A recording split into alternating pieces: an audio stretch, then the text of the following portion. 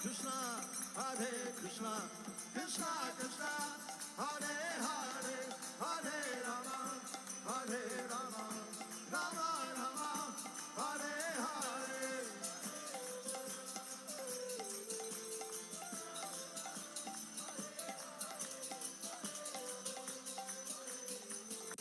Rama Rama,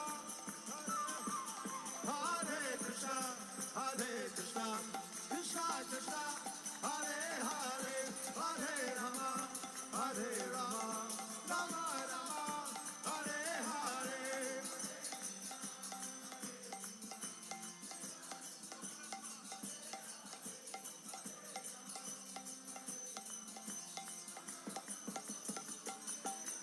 Hare Krishna, Hare Krishna, Krishna Krishna, Hare Hare, Hare Rama, Hare Rama, Rama Rama, Hare Hare.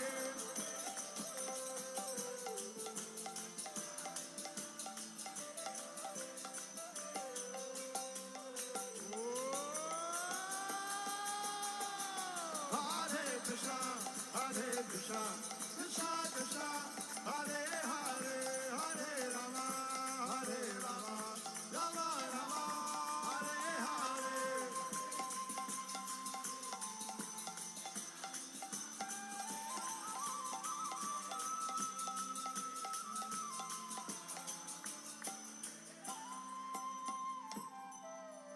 Hare Krishna, Hare Krishna,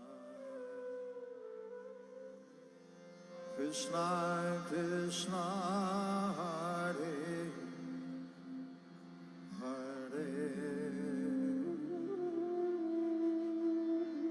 Hare Rama, Hare Rama.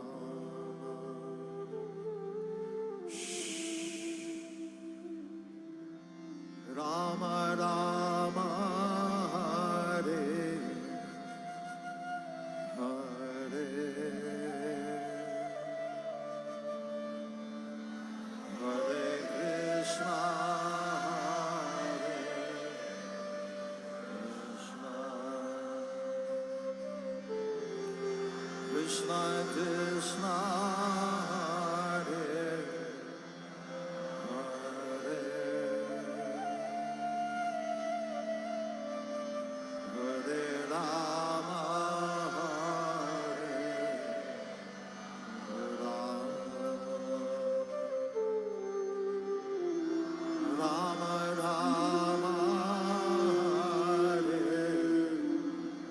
Hare,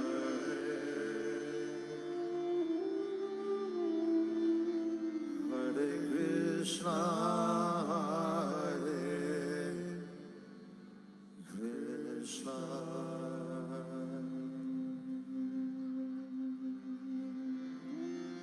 Krishna Krishna, Hare Hare,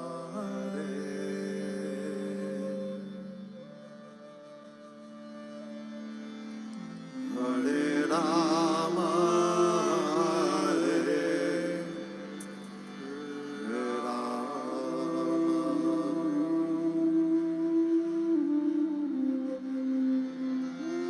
Hare Rama, Rama, Hare Hare. Everyone together, a little louder, please. Hare Krishna, Hare Krishna, Krishna Krishna, Hare Hare,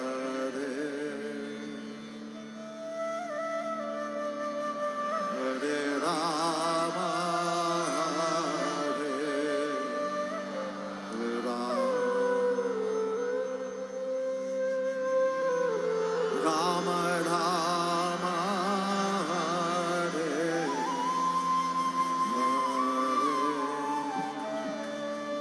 One more time, a little louder with your heart.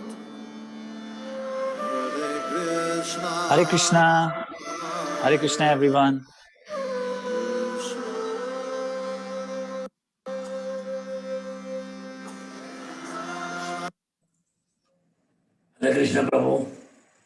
हरे कृष्णा जी, हरे कृष्णा सबको, हरे कृष्णा। हरे कृष्णा प्रभु जी। कृष्णा हरे कृष्णा।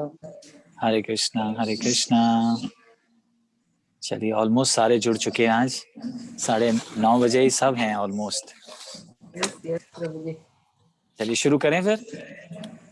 हाँ, मैं तब आप चालू कीजिए, मैं तब तक स्क्रीन शेयर करती हूँ। जय राधा माधव कुंज बिहारी, गोपी जन वल्लभ गिरिवरधारी। जय राधा माधव कुंज बिहारी, गोपी जन वल्लभ गिरिवरधारी। यशोदा नंदन ब्रज जन रंजन, यशोदा नंदन ब्रज जन रंजन।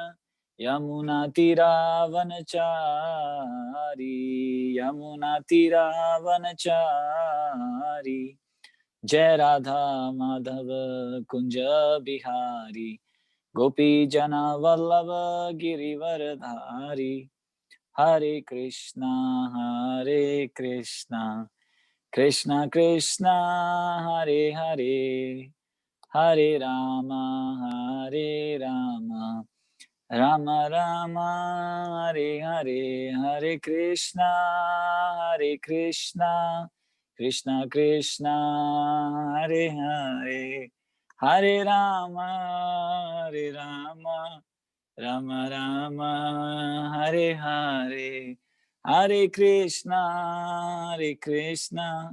कृष्णा कृष्णा हरे हरे, हरे राम राम राम हरे हरे। कृष्ण भगवान की जय, भगवद गीता की जय, सभी उपस्थित संत महात्माओं की जय। एक्चुअली मैं इसलिए हंस रहा था बीच में कि मैं देख रहा था कुछ भक्तों को वो एकदम मस्ती में हरे कृष्णा का जप कर रहे हैं। तो एक्चुअली ये बहुत अच्छी बात है, बहुत अच्छी बात है। मैं जस्ट एक स्पॉन्टेनियस चीज मुझे याद आ गई।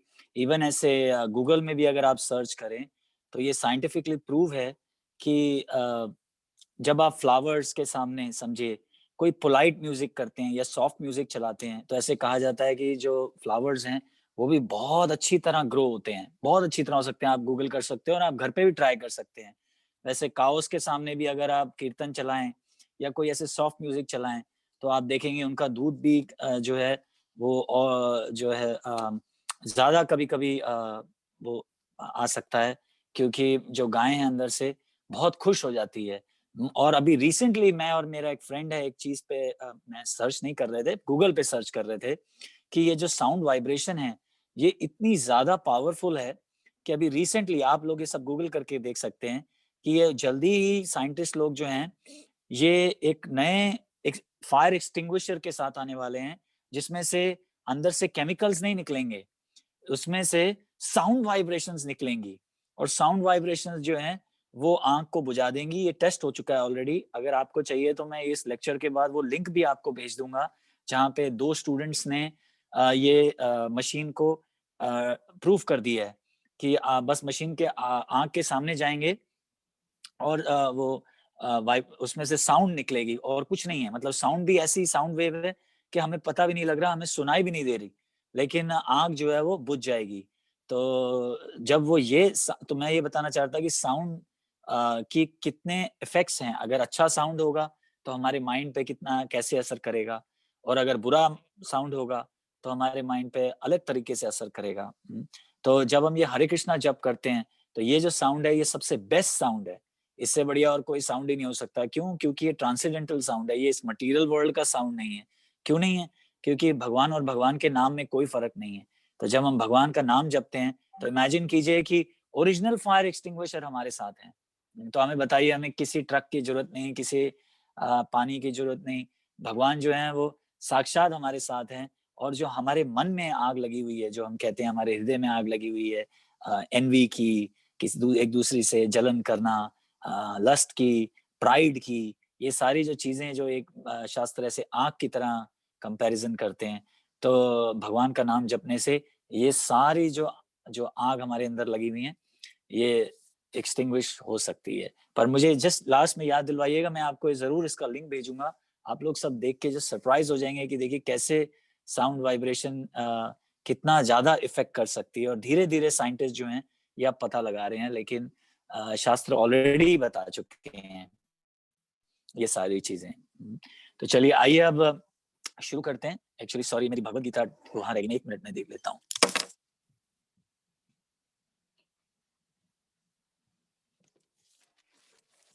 जब तक प्रभु जी स्टार्ट करते हैं मैं क्षमा चाहूंगी और बोल रही हूँ।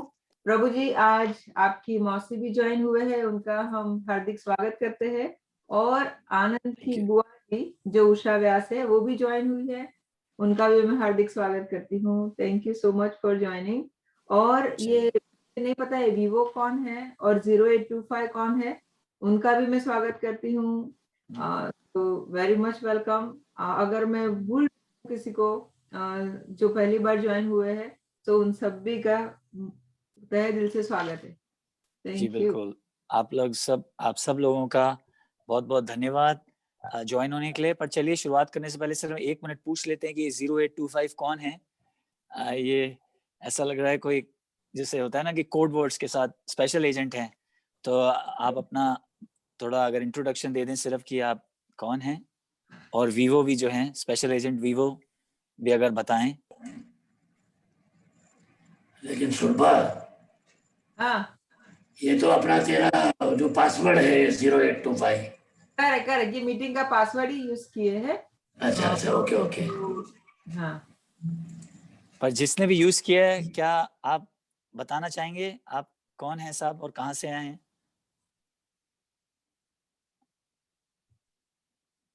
जैसे मैंने कहा स्पेशल एजेंट हैं ये अपनी भगवान के आइडेंटिटी, पार्षद है प्रभु जी। हाँ जी, एकदम आइडेंटिटी स्पेशल के। हाँ आइडेंटिटी रिवील नहीं करना चाहते हैं। अच्छा, चलिए मैं ठीक भी है, कोई बात वरुण के मम्मी है, पर ठीक है जो भी आपका बहुत ही स्वागत है। चलिए ठीक है। 1 मिनट सिर्फ एक रिवीजन कर लेंगे, वो इसलिए क्योंकि हमें याद रहे कि अब आगे क्या शुरू हो रहा है।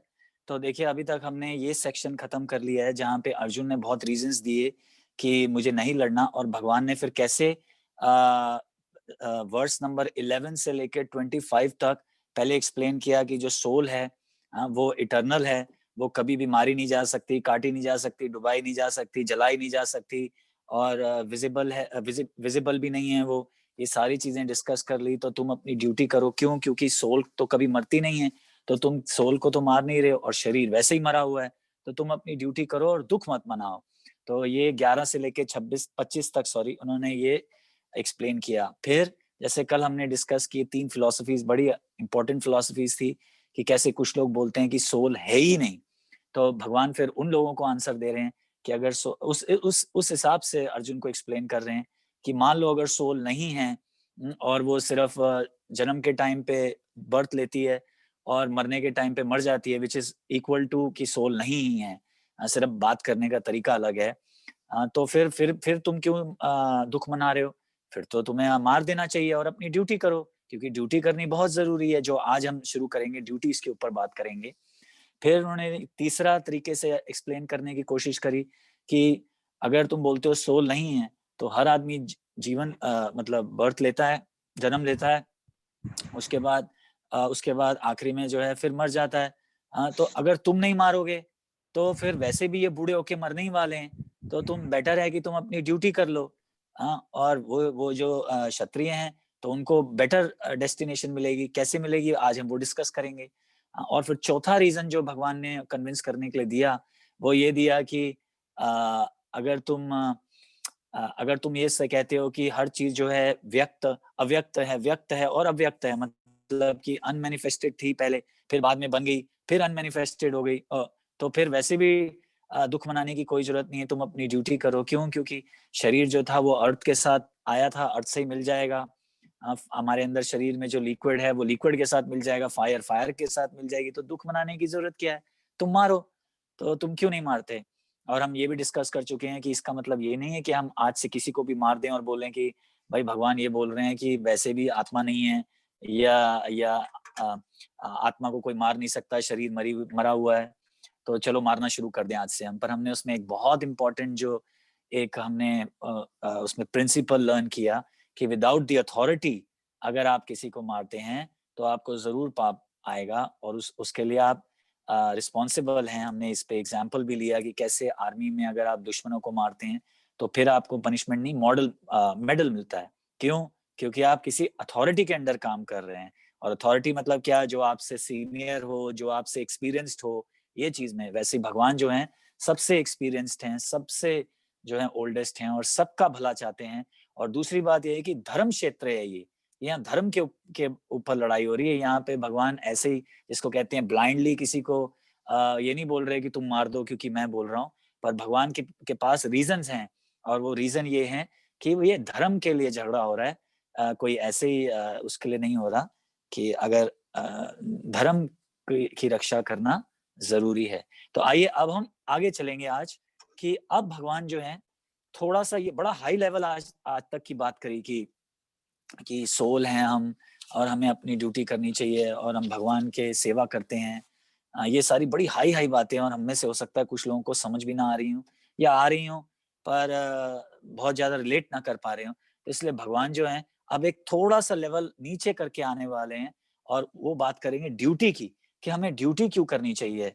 तो इस बारे में है हम बात करेंगे। लेकिन मैं जस्ट एक चीज और बताना चाहता हूँ कि कल किसी ने हमारी एक्चुअली एक क्लास दुबई में भी चलती है, और कल किसी ने ये पूछ लिया कि आप हमेशा ये आत्मा की बात करते हैं, सोल है, इटर्नल है, काट नहीं सकती, ये सारी बातें जो अभी हमने करी, डिस्कस करी, और आप री इनकारनेशन की भी बातें करते हैं, तो सिर्फ ये भगवत गीता ही क्यों बताती है? और क्यों नहीं कोई ग्रंथ क्यों नहीं इस बारे में बात करता? जैसे क्योंकि वो क्रिश्चियन थे तो वो बात कर रहे थे क्रिश्चियनिटी के बारे में। तो एक्चुअली ऐसा नहीं है। आप देखिए कई चीजें जो है टाइम के हिसाब से लोगों ने अपने हिसाब से चेंज कर दिया। तो मैंने कृष्णा का अरेंजमेंट था कि मैंने अपने शिक्षा गुरु से ये सुन रखा था, इसलिए मैं आंसर दे पाया। तो मैं आप लोगों के साथ भी शेयर करना चाहता हूँ कि अगर किसी के मन में ये डाउट है तो एक्चुअली एक किंग कॉन्स्टेंटीन थे। आप गूगल भी कर सकते हैं, मैंने भी गूगल किया बताने से पहले उन्हें। तो वो क्रिश्चियनिटी के बहुत बड़े प्रीचर थे, और उन्होंने कभी भी कोई एडिशन नहीं करी। जैसा बाइबल थी वैसे ही बाइबल को रखा। लेकिन हुआ क्या कि उन्होंने फिर एक प्रोस्टिट्यूट से शादी करी, और वो प्रोस्टिट्यूट जब क्वीन बन गई तो उनको लगा कि भाई मेरा तो नाम खराब हो जाएगा, लोगों को पता लगेगा कि मैं प्रोस्टिट्यूट हूँ और मैं इतनी बड़ी क्वीन हो गई हूँ। तो मे बी ऊपर एक्सटर्नली वो मेरी बड़ी तारीफें करेंगे लेकिन अंदर मेरे को रिस्पेक्ट नहीं देंगे। और फिर उसको खुद भी ये लगता था कि मैंने इतने पाप किए हैं तो पता नहीं आगे मेरा क्या होगा। और बाइबल ये बोलती है कि री इनकारनेशन है, कि आपने जैसे कर्म किए होंगे सोल को आगे वैसे ही बॉडी मिलेगी और भुगतना भी पड़ेगा। तो उन्होंने क्या किया, अपने माइंड को टेंशन फ्री करने के लिए और कि लोग भी जो हैं उनको कुछ ना बोल पाए, उनकी वाइफ का नाम भी मैंने ढूंढ के निकाला हुआ है, एने मैरी। उन्होंने क्या किया कि बाइबल में से कई चीजें जो हैं एडिट कर दी। और इसलिए हम ये देखते हैं कि इनकारनेशन जो प्रिंसिपल है अब वो नहीं है। तो वैसे ही मेरे शिक्षा गुरु जी जो थे वो ये बात बता रहे थे कि आप देख सकते हैं कि बाइबल में 10 कमांडेंट्स थी, जिसमें से पहली कमांडेंट ये भी थी कि दाउ शैल नॉट किल। पर अगर आप आज की बाइबल देखेंगे तो बोलते हैं दाउ शैल नॉट मर्डर। तो इसका क्या है कि जब आप वर्ड यूज करते हैं किल, तो आप देखिए कि ये किल सिर्फ आदमी के लिए नहीं, हर लिविंग एंटिटी के लिए आ जाता है, यूज किया जा सकता है। जैसे मैं आप बोलेंगे do not kill this ant, do not kill this elephant, do not kill this chicken, do not kill this goat. तो ये सब के लिए आ जाता है। पर जब आप ये इसको चेंज कर देते हैं अपने हिसाब से कि आप अपने मन की जो चाहें वो आप कर सकते हैं, तो आप उसको मर्डर कर देंगे तो फिर मर्डर यूज हो जाता है आदमी के लिए सिर्फ लिविंग। जैसे समझ लीजिए मैं बोलूं कि भाई इस औरत का मर्डर मत करो या इस आदमी का मर्डर मत करो, तो वो उन्होंने अलाउ कर दिया। पर जो किल वर्ड था वो इसलिए यूज कर दिया, हटा दिया, क्योंकि कुछ लोग जो हैं सुनने के नहीं ये सुनना चाहते थे कि भाई मुझे मीट नहीं खाना, मुझे ये नहीं करना, वो ये सारी शिक्षा जो है नहीं लेना चाहते थे। इसलिए उन्होंने इस किल को मर्डर में चेंज कर दिया। तो ऐसे टाइम प्लेस के हिसाब से, सर्कमस्टेंस के हिसाब से ये जो है एक्चुअली सर्कमस्टेंस भी नहीं, हाँ सर्कमस्टेंस भी बोल सकते हैं, हिसाब से इन्होंने अपने सेंस ग्रेटिफिकेशन के लिए, actually this is the right word, अपनी सेंस ग्रेटिफिकेशन के लिए, मतलब अपने प्लेजर के लिए कि मुझे बस मजा आता रहे, लोग जो हैं चीजों को चेंज करके कई बार प्रस्तुत करते हैं। पर हमें हमें जो है केयरफुल रहना चाहिए कि एक्चुअली में जो है ग्रंथ क्या बताते हैं। अभी हम आगे आज जो है हम और भी इस बारे में बात करेंगे कि कैसे अर्जुन जो है वो ये सोच रहे हैं कि ये पाप है, कि भाई मैं अगर मारूंगा तो पाप है, लेकिन कृष्ण भगवान जो हैं वो अलग रीजन देंगे कि ये जो तुम सोच रहे हो वो पाप नहीं है, लेकिन जो तुम नहीं करोगे वो पाप है। वो आज हम इस बारे में आगे अभी बात करेंगे। पर चलिए अब हम आज शुरू करते हैं। तो मैं ये बताना चाहता था जस्ट कि एक ये चीज आपके साथ शेयर करना चाहता था कि ये और भी ग्रंथों में है, लेकिन कुछ लोगों ने अपने मन के अनुसार उन्हें चेंज कर दिया है। तो आइए अब हम आज का शुरू करते हैं। कल हम आई थिंक 30th तक हमने कर दिया था।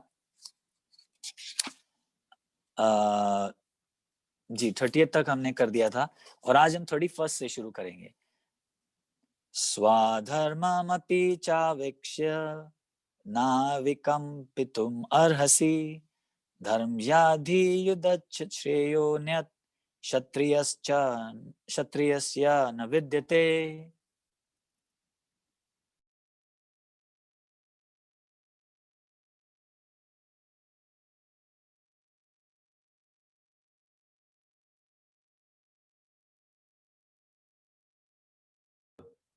प्रभु जी आप म्यूट हो गए हो, अनम्यूट कीजिए। हाँ जी सॉरी। क्षत्रिय होने के नाते अपने विशिष्ट धर्म का विचार करते हुए तुम्हें जानना चाहिए कि धर्म के लिए युद्ध से बढ़कर तुम्हारे लिए अन्य कोई कार्य नहीं है, अतः तुम्हें संकोच करने की कोई आवश्यकता नहीं है। जैसा मैंने आपको कहा कि ड्यूटी के ऊपर अब भगवान बात करने वाले हैं कि तुम क्षत्रिय होने के नाते अपने धर्म का करो। तो आजकल लोग जो हैं वो कई बार ये बोलते हैं कि मेरा धर्म जो है मेरी ऑक्यूपेशन है, हाँ कि जो ऑक्यूपेशन जो है मेरी उसको धर्म कहते हैं। पर एक्चुअली हम ये ऑलरेडी डिस्कस कर चुके हैं। आई एम श्योर अब आप सब ये जानते हैं कि धर्म किस हिसाब से होता है, वर्ण आश्रम के हिसाब से, कि अगर आप क्षत्रिय वैश्य शूद्र ब्राह्मण में से कोई हैं, या आप ग्रस्त हैं, या या सन्यासी हैं, या वानप्रस्थ हैं, या ब्रह्मचारी हैं, उस हिसाब से आपका धर्म आता है। जैसे देखिए अगर आप सन्यासी हैं तो आपका धर्म है कि लोगों को प्रीच करना, लोगों को ज्ञान बांटना, ये सन्यासी का धर्म है। और वाइफ ना होना, ये सन्यासी का धर्म है। सन्यासी कैसे वाइफ रख सकता है? तो धर्म के अनुसार से। वैसे अगर आप ब्रह्मचारी हैं, तो आप लेडीज के साथ नहीं घूम सकते, ये आपका एक धर्म है। और बहुत धर्म है, यजन याजन पठन पाठन दान प्रतिक्रिया, बहुत सारे हैं। पर दान लेना दान देना ये ब्राह्मण का काम है। यज्ञ करना यज्ञ कराना ये ब्राह्मण का काम है। तो क्षत्रिय का यहाँ पे प्रभुपाद जी लिखते हैं शत, देखिए शत मतलब किसी को चोट पहुंचाना, और त्रायते मतलब प्रोटेक्शन देना। तो क्षत्रिय मतलब क्या? जो आदमी किसी को प्रोटेक्शन देता है, कोई आपको चोट पहुंचाने वाला और आपको किसी ने प्रोटेक्शन दी, उसे कहते हैं क्षत्रिय। देखिए आप ये प्रभुपाद जी की अगर आप लोग शेयर देख पा रहे हैं जो हमने दिखाया वर्स, उसकी तीसरी लाइन से ये शुरू हो जाता है। मैं तो इंग्लिश में पढ़ रहा हूँ, लेकिन आप हिंदी में देख सकते हैं कि प्रभुपाद जी ने क्षत्रिय का एक्चुअली मतलब बताया है। तो भगवान यहाँ पे क्या समझा रहे हैं अर्जुन को कि तुम क्षत्रिय हो, तो क्षत्रिय का धर्म करो, अपने धर्म से अगेंस्ट मत जाओ, क्योंकि अगर तुम अपने अगेंस्ट जाओगे तो तुम्हें कोई फायदा नहीं होगा। और भगवान 18वें चैप्टर में भी ये बोलते हैं कि अगर आपको जो कार्य करना चाहिए आपके धर्म के हिसाब से करना चाहिए, और कार्य करते समय अपने धर्म के हिसाब से अगर उसमें कोई मिस्टेक भी हो जाती है, समझिए उसमें कोई प्रॉब्लम भी हो जाती है, फिर भी वो बेटर है करना, ना कि बल्कि किसी और का जो धर्म है वो करना। ये अभी मैं एक्सप्लेन करूंगा। जैसे फॉर एग्जांपल आप, जैसे हमने कई बार डिस्कस किया, प्रभुपाद जी भी बता चुके हैं कि अगर आप लेडीज का काम है अपनी फैमिली का ध्यान रखना, उनके लिए खाना परोसना, लेकिन आप बोले नहीं मैं तो बहुत गर्मी हो रही है, मैं नहीं कर रही हूँ, मैं आज से स्टॉक एक्सचेंज में जाके कुछ करूंगी, तो वहां पे आपको अलग प्रॉब्लम्स आएंगी। प्रॉब्लम से भागना जो है वो एक सोल्यूशन नहीं है। सोल्यूशंस और बहुत निकल सकते हैं, जैसे या तो आप किसी की मदद ले सकते हैं। ये मैं जस्ट एक एग्जांपल दे रहा हूँ, कोई इसको पर्सनली मत ले लीजिएगा, जस्ट एक एग्जांपल दे रहा हूँ कि आप किसी की मदद ले सकते हैं, किचन में फैन लगा सकते हैं, बहुत कुछ है। लेकिन अपने धर्म को छोड़ के अगर आप कोशिश प्रॉब्लम की वजह से अगर आप अपने धर्म को छोड़ के कुछ और का करने जाएंगे, जैसे स्टॉक एक्सचेंज में लेडीज, अच्छा ही बात नहीं है वैदिक अनुसार, आजकल तो सब चल रहा है, पर वैसे बता रहा हूँ आपको। तो तो वहां पे आपको कोई और प्रॉब्लम आ जाएगा, वहां पे आपको कोई और तंग करेगा, वहां पे हो सकता है कोई आपको और छेड़ दे। या दूसरा एग्जांपल ले लीजिए कि अगर आदमी जो है वो ऑफिस में बड़ा बड़ा काम करना पड़ता है और बहुत थक जाता है, और वो बोलता है कि आज से मैं ये काम नहीं करूंगा, मैं तो हिमालयस पे जा रहा हूँ, मैं पहाड़ों पे जाके बैठूंगा। तो पहाड़ पे जाके आप बैठेंगे तो पहाड़ पे कोई और तकलीफ आ जाएगी, जरूर आ जाएगी। जैसे फॉर एग्जाम्पल हो सकता है आपको खाने के लिए ना मिले, है ना, हो सकता है वहां शेर आ जाए पीछे से, हाँ, मच्छर तंग कर सकते हैं, मकड़ी तंग कर सकती है, हाँ, बहुत बहुत सारी चीजें हैं। तो अगर आप अपने धर्म से छोड़ के किसी और का करने जाएंगे तो वहां पे हो सकता है और कोई तकलीफ आ जाए। तो इसलिए भगवान बता रहे हैं कि अपना अपना जो धर्म है उसको उसको मत छोड़ो। और फिर आप समझिए आग लगाते हैं, लकड़ी में आग लगाते हैं तो उसके साथ में धुआं भी उड़ता है। तो अब आप बोलें कि नहीं मुझे आग नहीं लगानी क्योंकि जो धुआं है वो बड़ी तकलीफ देता है, आंखों में पानी आता है। वो ठीक है, आंखों में पानी आता है, तकलीफ देता है, लेकिन आँख से कितनी चीजें आप कर सकते हैं। आँख से आप खाना बना सकते हैं, आप आँख से अगर ठंड है बहुत तो हाथ सेक सकते हैं गर्मी के लिए। आँख से कितना कुछ आप नहीं कर सकते।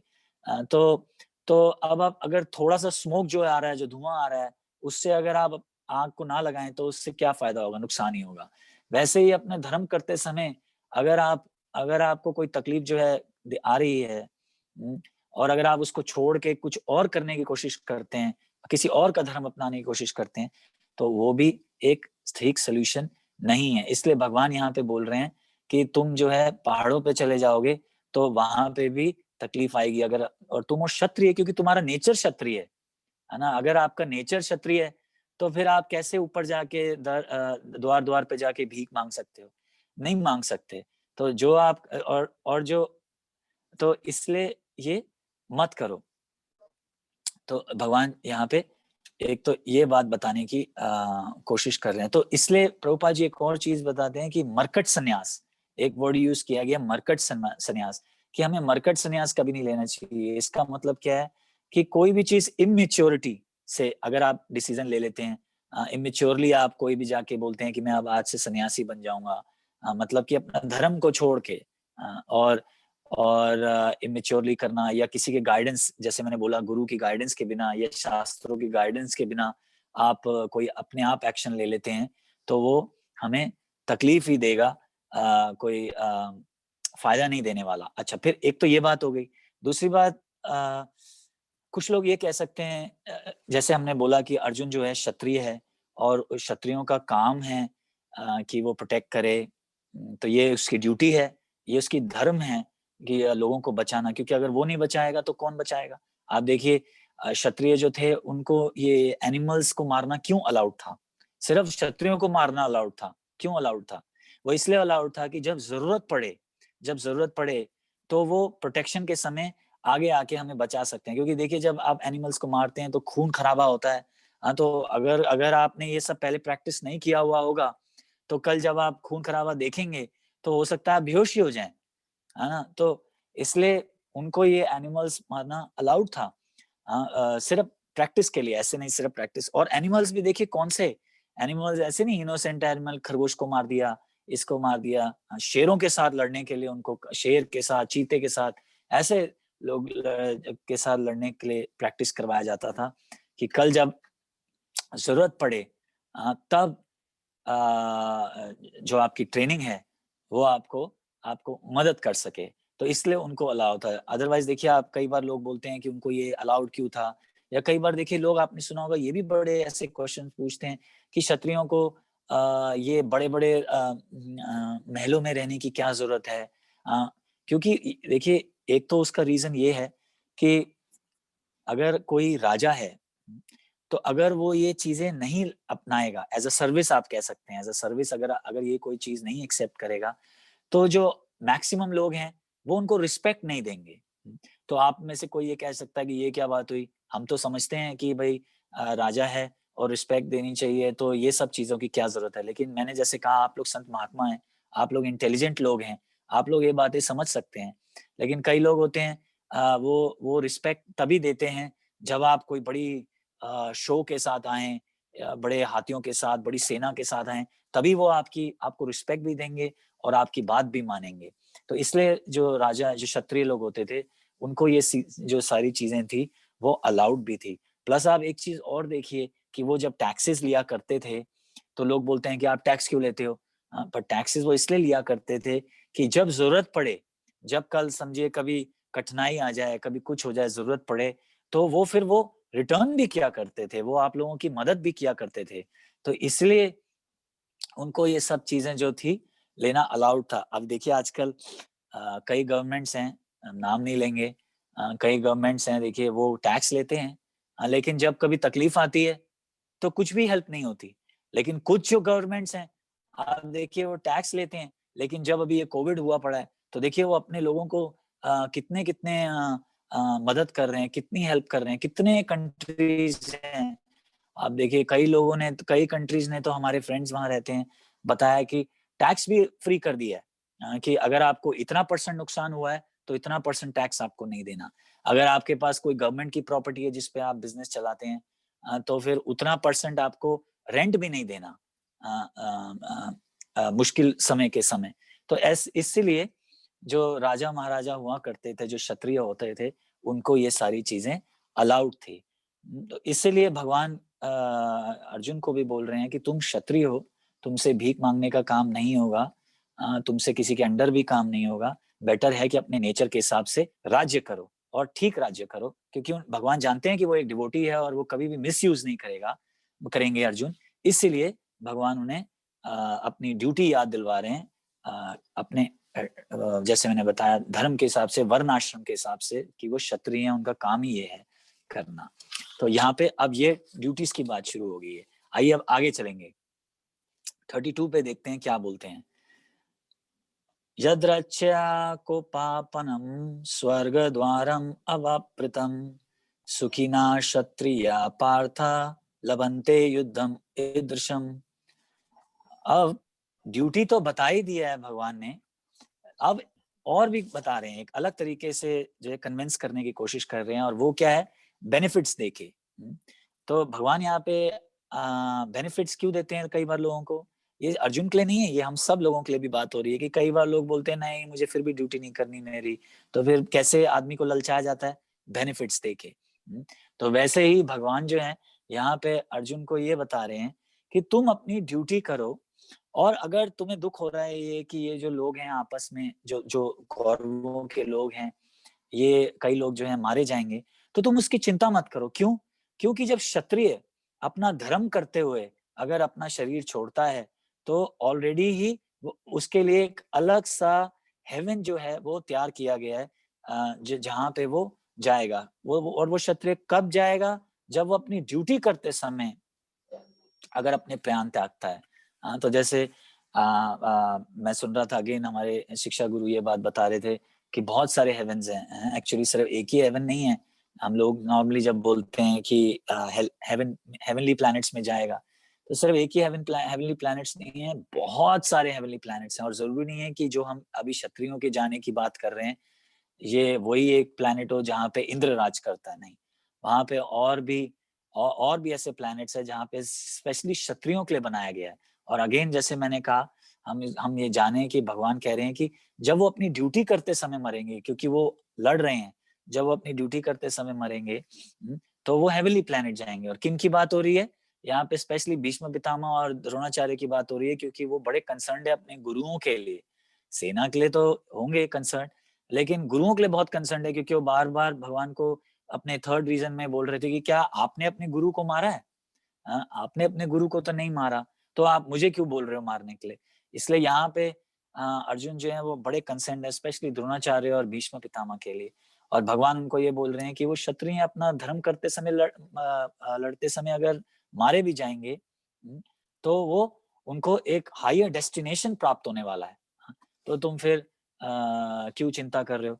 तुम जो है अपना सिर्फ धर्म अपनाओ। तो यहाँ पे ये बात हो रही है। आइए अब और आगे बढ़ें, 33 पे चलेंगे। अथा चेत् त्वम् इमं धर्म्यं संग्रामं न करष्यसि तथा स्वधर्मं कीर्तिं च हित्वा पापम अवाप्स्यसि। एक मिनट, हिंदी पढ़ेंगे क्या है। किंतु यदि तुम युद्ध करने के स्वधर्म को संपन्न नहीं करते तो तुम्हें निश्चित रूप से अपने कर्तव्य की उपेक्षा करने का पाप लगेगा और तुम योद्धा के रूप में भी अपना यश खो दोगे। तो पहले भगवान ने क्या बताया कि अपनी ड्यूटी करो, तो उसमें तुम्हें फायदा होगा क्योंकि तुम अपने नेचर के अगेंस्ट नहीं जाओगे। फिर दूसरे में अभी क्या बताया जो अभी हमने पढ़ा कि अगर क्षत्रिय लड़ते समय मृत्यु पाता है तो वो हेवनली प्लैनेट जाएगा, तो तुम इसलिए अपनी ड्यूटी करो। अब यहाँ पे भगवान एक नेगेटिव रीजन दे रहे हैं कि अगर तुम अपनी ड्यूटी नहीं करोगे, हाँ, तो तुम अपना जो है डेफिनेटली यश भी खो दोगे और पाप भी लगेगा। अब देखिए, यही मैं डिस्कस कर रहा था कि हमारे हिसाब से कई हम अपना दिमाग यूज करते हैं और बोलते हैं नहीं, मेरे हिसाब से ये करने से पाप आएगा, लेकिन भगवान की जो जो रूल्स एंड रेगुलेशंस हैं वो बिल्कुल अलग हैं। और हमें वो फॉलो करना चाहिए, तो एग्जैक्टली हमें पता लगेगा कि क्या पाप है और क्या पाप नहीं। हमने ये भी डिस्कस पहले पाप के जब डिस्कस किया था कि अर्जुन बात कर रहे थे कि नहीं मुझे पाप आएगा, मुझे डर मैं नहीं करूंगा। तो हमने ये जानना था उस टाइम पे कि पाप एक्चुअली होता क्या है। पाप जो भगवान के हिसाब से, जो अगर आप रेगुलर रूल्स को तोड़ते हैं तब पाप होता है। जैसे आप देखिए आजकल के जमाने में ये स्लॉटर हाउसेस खुले हुए हैं जगह जगह, और कंट्रीज जो है बल्कि उनको और ज्यादा उत्साह दे रही हैं, जहाँ पे ये भेड़ बकरियों गायों को मारा जाता है, तो कंट्रीज बल्कि और उत्साह दे रही हैं, लाइसेंस देती हैं कि हाँ भाई आप भी खोल सकते हो स्लॉटर हाउसेस। तो उनके हिसाब से ये कोई प्रॉब्लम नहीं है, लेकिन भगवान के हिसाब से ये प्रॉब्लम है। तो मैं जस्ट आपको कंपैरिजन बताना चाह रहा हूँ कि आदमी क्या सोचता है कि क्या पाप है और क्या पाप नहीं, लेकिन बिल्कुल वो उसका उल्टा होता है कि भगवान के रूल के हिसाब से वो बिल्कुल उल्टा होता है। जैसे जैसे आप एक और एग्जांपल ले लीजिए कि अबॉर्शन देखिए, आजकल अबॉर्शन करवाना भी कई कंट्रीज जो है ठीक है भाई कोई दिक्कत नहीं करवा लो, और वो साथ में रीजन ये देती हैं कि अगर आप इतने दिनों तक करवा लोगे तो कोई उसका आपको रूल है कि आप इतने दिनों तक करवा दो। क्या बोलते हैं कि वो अभी जो है सिर्फ सीड फॉर्म में था और आपको मार दिया, अबॉर्शन कर दिया। लेकिन देखिए ये ऐसा ऐसा ये तो एक आदमी का रूल बनाया हुआ है, पर क्या भगवान का ये रूल बनाया हुआ है? ऐसा कहा जाता है एक्चुअली, अगर मैंने अगेन फिर ये कहीं से सुना था, अभी मैंने इसके ऊपर ज्यादा रिसर्च नहीं करी है, पर जिनसे मैंने सुना था वो भी एक बहुत बड़े डॉक्टर है और वही ये बात बता रहे थे कि वेदर वो सीड फॉर्म में हो या वेदर वो थोड़े से ग्रोन अप फॉर्म में हो, क्या किया जाता है उसको, एक चाकू जो अंदर डाला जाता है, एक चाकू टाइप फॉर्म में होता है, एग्जैक्टली आप चाकू नहीं बोल सकते, और उससे उस सीड को काटा जाता है। तो आप जस्ट इमेजिन कीजिए, हो सकता है आप लोगों को ये बातें थोड़ी आज बड़ी मन को डिस्टर्ब करने वाली होंगी, पर कभी कभी ये जानना बहुत जरूरी हो जाता है कि आदमी अपने रूल बना लेता है और इस तरह से प्रेजेंट करता है कि कुछ हुआ ही नहीं। जैसे बोलता है सीड को काट दिया, ऐसे कैसे सीड को काट दिया? जैसे आप देखिए कई जगहों पे बोलते हैं संडे हो या मंडे रोज खाओ अंडे, और जो एक चिकन है वो ऐसे कर रही होती है, ऐसे बॉडी दिखा रही होती है और बोलती है खाओ तुम, पर क्या ये अलाउड है? तो ये तो एक आदमी ने एक प्रेजेंट करने का तरीका बता दिया कि चिकन जो है ऐसे हंस रही है, और बोल रही है मुझे खाओ, और शक्ति बनाओ। पर क्या सच एक अगर आप सत्य जानने की कोशिश करें, क्या जब हम किसी को मारते हैं तो ये ऐसा होता है क्या?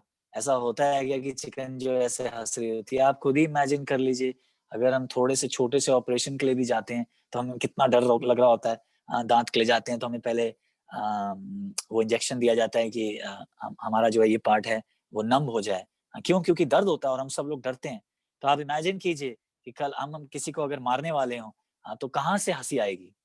कौन सा ऐसा आदमी है जो हंस सकता है? पर जो जो इंसान है वो जो ऐसी प्रस्तुत करता है इस तरीके से कि लोगों को पता ही नहीं है। आप बस उनसे पूछिए कैसा है, नहीं जी बस आसानी से अंडे खा लिए, आसानी से वो कर लिया। तो यहाँ यहाँ पे जो है एक हम बताने की कोशिश कर रहे हैं कि कैसे भगवान का जो लॉ है, जो पाप है, उनकी डेफिनेशन अलग है और हमारी डेफिनेशन अलग है। तो यहाँ पे जो अर्जुन है वो क्या सोच रहे हैं कि अगर मैं इनको मारूंगा, हाँ तो मुझे पाप आ जाएगा। लेकिन भगवान बोल रहे हैं अगर तुम नहीं मारोगे तो पाप आ जाएगा। क्यों? क्योंकि तुम्हारा धर्म है प्रोटेक्शन देना। अगेन एंड अगेन भगवान को ये बात जो है रिपीटिशन कर रहे हैं कि हम लोगों के दिमाग में अच्छी तरह समझ में आ जाए कि क्षत्रिय का काम था प्रोटेक्शन देना, और कौरव जो हैं वो हम सब जानते हैं, उसमें कोई डाउट नहीं है कि वो एक जो है इलीगल तरीके से परेशान किए जा रहे थे। हम पहले भी ये डिस्कस कर चुके हैं कि बचपन से ही वो भीम को जहर देने की कोशिश कर रहे थे, उनका घर जलाने की कोशिश करी, द्रौपदी की इज्जत को के साथ खेलने की कोशिश करी। तो कोई भी तरीके से वो धार्मिक नहीं थे। हाँ, तो इसलिए भगवान बोल रहे हैं कि बल्कि अगर तुम नहीं प्रोटेक्शन दोगे तो तुम्हें पाप आएगा, प्लस अगर तुम नहीं प्रोटेक्शन दोगे तो तुम अपना यश भी खो जाओगे। ये एक बहुत इंपॉर्टेंट बात है अगेन फिर से कि क्या रीजन है जिसकी वजह से हम लड़ रहे हैं। इसका मतलब आज ये नहीं कि हम किसी के साथ भी लड़ाई शुरू कर दें। बार बार देखिए हम इस बात को एक्सप्लेन कर रहे हैं कि कोई भी इसका कोई गलत मतलब ना समझ ले।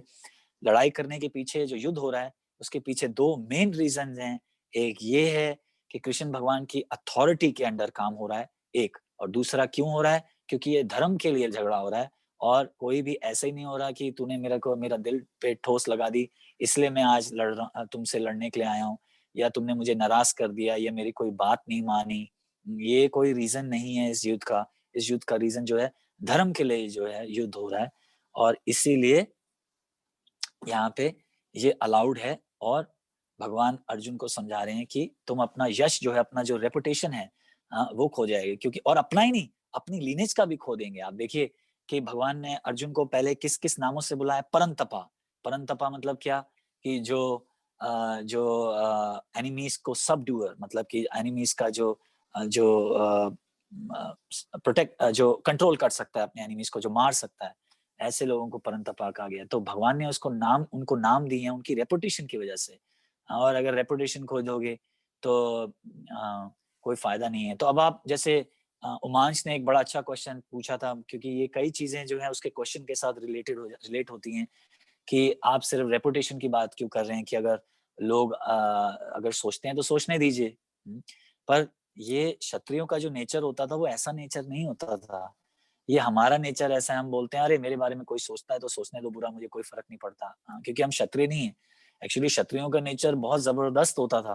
प्रभुपाद जी एक एग्जांपल देते हैं, किसी लेक्चर में उन्होंने ये बात बोली कि आज तो नहीं पर अभी 500 साल तक भी आप जयपुर की एक स्टोरी बताते हैं। जयपुर में एक राजा थे जो युद्ध कर चल रहा था किसी के साथ, और वो पीठ दिखा के भाग पड़े, पीठ दिखा के वापस आ गए। तो जब वापस आए और घायल भी थे, तो जब वापस आए तो जो उनकी पत्नी को पता लगा, तो उनकी पत्नी ने जो जो जो किले का दरवाजा था वो खोला ही नहीं। अब बताइए, किले का दरवाजा ही नहीं खोला उन्होंने। और तो क्यों नहीं खोला? उन्होंने बोला है कि मेरा पति क्षत्रिय है, और वो ऐसे दुम दुबा के पीछे अपनी पीठ दिखा के भाग नहीं सकता। या तो वहां पे आप मर जाओ, या तो हार जाओ या मर जाओ, या जीत के आओ। पर ऐसे दुम दबा के भागने वाला मेरा पति हो नहीं सकता। तो देखिए ये 500 साल तक पुरानी की बात है। अब धीरे धीरे जैसे कलयुग बढ़ रहा है वैसे वैसे हम ये सारी चीजें भूलते जा रहे हैं। पर जो एक्चुअली क्षत्रिय होते थे, उनकी वाइफ भी क्षत्रिय थी, वो ये सारे रूल्स एंड रेगुलेशंस जानते थे। वो ऐसा इंसल्ट जो है वो लेने के लिए तैयार नहीं हो सकते थे। इसलिए जो क्षत्रिय होते थे उनके लिए ये थोड़ी इंसल्ट भी चीज डेथ जैसी होती थी। इसलिए भगवान उनको ये बोल रहे हैं कि क्या तुम ये जो तुम्हारी कल जो तुम्हारे बारे में बेइज्जती होगी, क्या तुम ये सह पाओगे? और हमने पिछली बार भी कुछ लेक्चर्स पहले ये बात डिस्कस करी थी कि जब भागवतम में एक कथा आती है प्रहलाद महाराज, ध्रुव महाराज की। तो ध्रुव महाराज जो थे सिर्फ 4 साल के थे और वो अपने फादर की लैब पे बैठना चाहते थे, पर उनकी जो स्टेप मदर थी उन्होंने मना कर दिया। जो उनकी दूसरी मदर थी, उन्होंने मना कर दिया और उन्होंने बोला कि तुम्हें अगर राजा की अपनी लैब पे बैठना है तो तुम्हें मेरी कोख से जन्म लेना पड़ेगा। इतनी सी बात, सिर्फ इतनी सी, वैसे इतनी बात तो नहीं है, बड़ी बात है, पर हम में से कोई होगा तो बोलेगा, एटलीस्ट मैं अपनी बात कर रहा हूँ, माफ कीजिए, आप में से किसी की नहीं, कि मैं बोलूंगा थोड़े दिन नाराज रहूंगा और फिर बोलूंगा ठीक है जाने दे, कोई बात नहीं। लेकिन वो 4 साल का बच्चा ध्रुव महाराज जो थे, उन्होंने उसको इतना ले लिया अपने उस पे, मन में इतना ठान ली और हृदय को इतना टच कर गया उनके, कि उन्होंने अपनी एक्चुअल मदर के पास गए और उनको बोला कि अब मुझे बताओ कि कैसे मैं ये बदला ले सकूं, और मेरा हार्ट जो है इस टाइम पे जल रहा है।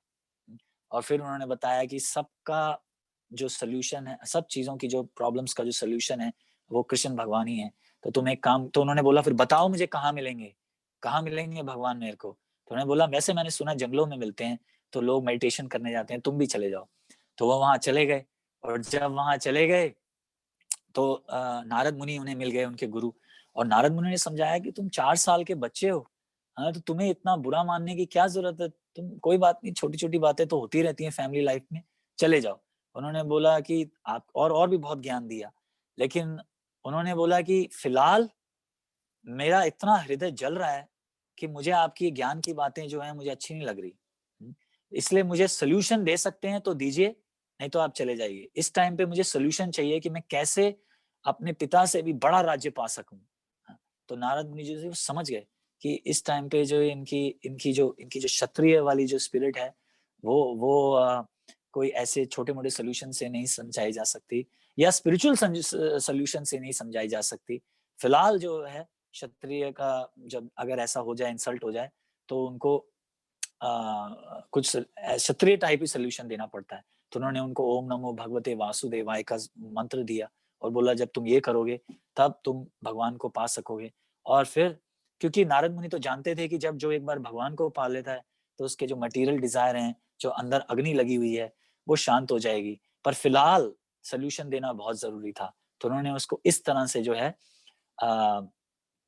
उनके उनके हृदय को ठंडा करने की कोशिश करी। और जब वो ऐसी स्टोरी आगे जाती है कि जब भगवान को वो देख लिया तब उनका मन शांत हुआ, पर फिर भी भगवान ने उनको बहुत बड़ा राज्य दिया, उनसे ही बड़ा, जिसको हम ध्रुव तारा भी बोलते हैं।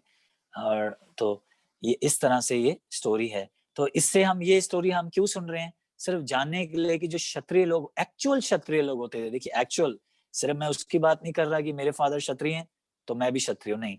जैसे हमने डिस्कस किया कि ब्राह्मण कब बनता है आदमी, ब्राह्मण की क्वालिटीज से। हाँ, चतुर्वर्णम मया सृष्टम गुण कर्म विभाग सम, भगवान बोल रहे हैं कि ये जो चतुर बनाए हैं मैंने, कि ब्राह्मण वैश्य शूद्र ये वो, ये परफेक्ट उस हैं, और ये गुण और कर्म से बनते हैं कि आपके क्या गुण हैं। जैसे मेरे फादर इंजीनियर हैं, पर मैं तो इंजीनियर नहीं हूँ, मैं तो गोविंदास का मैनेजर हूँ। हाँ, तो इसका मैं अब कल किसी को जाके बोलूं मैं भी इंजीनियर हूँ, मुझे आप अपनी कंपनी में डाल लीजिए, तो नहीं बनेगा, क्योंकि मेरे गुण ऐसे नहीं है, मेरे को आता ही नहीं है इंजीनियरिंग, तो मैं कैसे इंजीनियर अपने आप को डिक्लेयर करूं। वैसे ही ब्राह्मण जो है, सिर्फ क्योंकि आपके फादर मदर ब्राह्मण है वैसे नहीं, गुण के और कर्मों के हिसाब से। वैसे ही क्षत्रिय, आज जब बात कर रहे हैं रियल क्षत्रियों की बात कर रहे हैं, रियल क्षत्रिय जो थे वो शेर के साथ जाके आमने सामने ऐसे लड़ते थे, ऐसे नहीं कि किसी गाड़ी के अंदर ऐसे छुप के बैठ के वेट करना और फिर जब शेर आए तो गोली मार देना, उसको क्षत्रिय नहीं कहते। या आजकल देखिए जब युद्ध होता है तो केव में बैठ के रिमोट कंट्रोल से मसाइल छोड़ना, ये क्षत्रिय के कोड्स नहीं थे। क्षत्रिय जो था वो सबसे आगे जाके, जब युद्ध होता था तो आगे जाके जो था सबसे लड़ाई करते थे। आप देख लीजिए बैटल ऑफ पानीपत देख लीजिए, अभी तो मैंने सुना उस पर मूवी भी बनी है। तो आप देखिए उस पर कैसे राजा जो है आगे आगे आगे होते थे, सबसे पीछे नहीं होते थे। कोई भी आप बैटल देख लीजिए, सबसे आगे रहा करते थे। तो ये क्षत्रिय की जो है गुण है, और इसलिए भगवान जो है वो सब जानते हैं। जैसे हमने बोला पास्ट प्रेजेंट फ्यूचर, भगवान सबके हार्ट में क्या चल रहा है जानते हैं, फ्यूचर जानते हैं। तो वो जानते हैं कि अर्जुन जो है वो ये नहीं टॉलरेट कर पाएंगे, इसलिए भगवान उनको लड़ने का एडवाइस दे रहे हैं। और ये भी एक ध्यान रखिए क्यों एडवाइस दे रहे हैं, फोर्स नहीं कर रहे हैं, क्योंकि भगवान अर्जुन जो है 2.7 में जो हमने वर्ष किए ऑलरेडी ही भगवान को अपना गुरु मान चुके हैं, और शिक्षा, उनसे शिक्षा चाहते हैं, और उनसे रिक्वेस्ट कर रहे हैं कि तुम मुझे बताओ कि मेरे फ्यूचर के लिए क्या सही है, बात को इधर उधर घुमाओ मत, स्ट्रेट मुझे बताओ कि मुझे क्या करना चाहिए जिससे जो मेरे हाथ पांव कांप रहे हैं एक अटैचमेंट की वजह से, वो सब खत्म हो पाए। तो यहाँ पे ये वर्ड्स है, एक में टाइम देखें और उसके हिसाब से डिसाइड करेंगे कि और आगे बढ़ना है कि नहीं बढ़ना है। आई थिंक यहीं पे रोक देते हैं। देखिए अगर किसी का कोई क्वेश्चन हो तो, या कोई कुछ कहना चाहते हैं तो डिस्कस कर सकते हैं।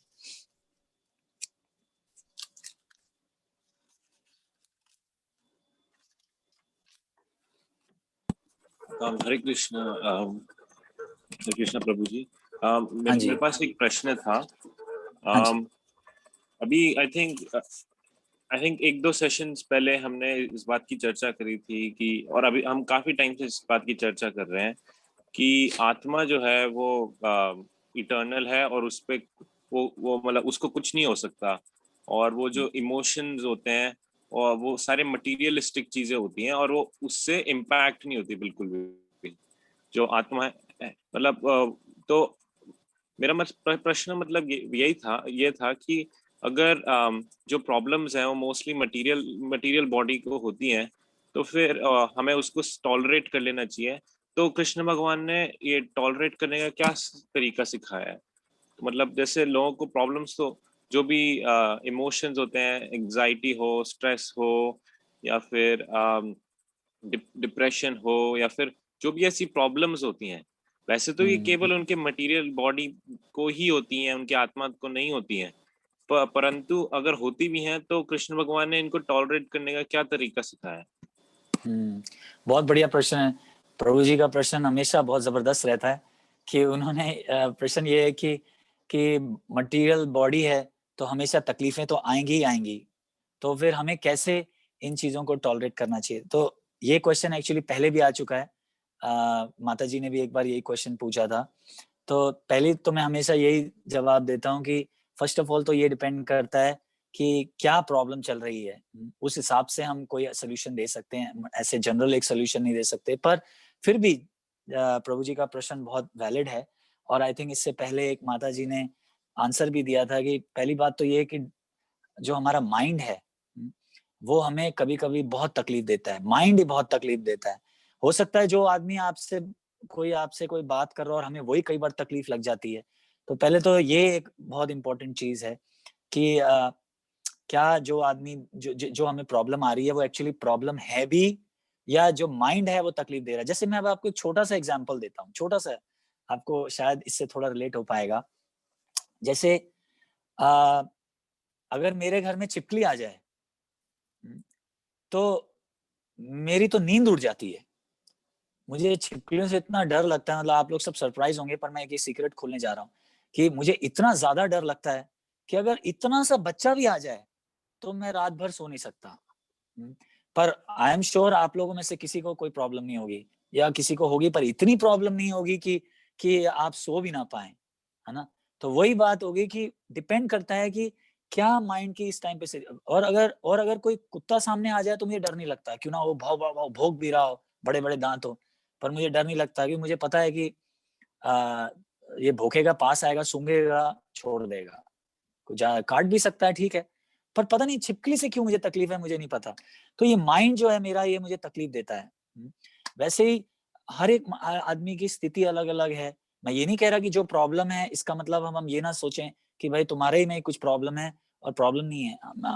It is a very valid question कि अगर आपको किसी चीज से प्रॉब्लम है तो प्रॉब्लम है। हम जस्ट वी कैन नॉट जज यू कि आप ही में कोई तकलीफ है और एक्चुअली वो प्रॉब्लम नहीं है। It could be a problem for you, not a problem for me. तो ये जो माइंड है ये तकलीफ देता है। तो इसके लिए पर्सनली अगर मैं होऊंगा तो मैं तो सबसे पहले अपने गुरु के पास अप्रोच करूंगा, ये जानने के लिए कि कैसे इस प्रॉब्लम को सॉल्व किया जा सकता है। और ऑफ कोर्स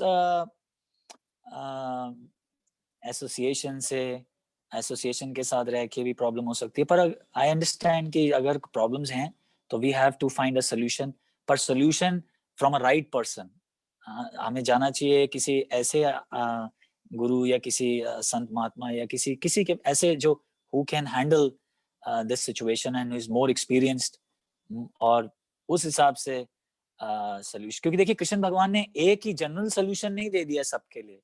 हाँ, हर एक आदमी के लिए अलग सोल्यूशन हो सकता है। जैसे आपकी बीमारी का अलग सोल्यूशन है, मेरी बीमारी का अलग सोल्यूशन है। तो वो सोल्यूशन हमें कहाँ से मिलता है? गुरु से मिलता है, क्योंकि गुरु जो हैं वो कृष्ण के रिप्रेजेंटेटिव होते हैं। गुरु साधु शास्त्र ऐसे बोलते हैं। तो इस हिसाब से जो है हम सोल्यूशन पा सकते हैं। बाकी अगर प्लीज कोई आप लोग कोई ऐड कीजिए तो।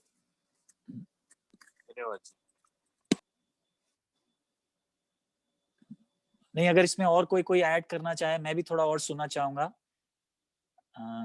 हो सकता है मैंने एक क्लियर आंसर ना दिया हो, पर मानबेरी आई माता थिंक जी चाहती है। हाँ। मानविया नहीं अपना मूड अनम्यूट कर ले। हाँ,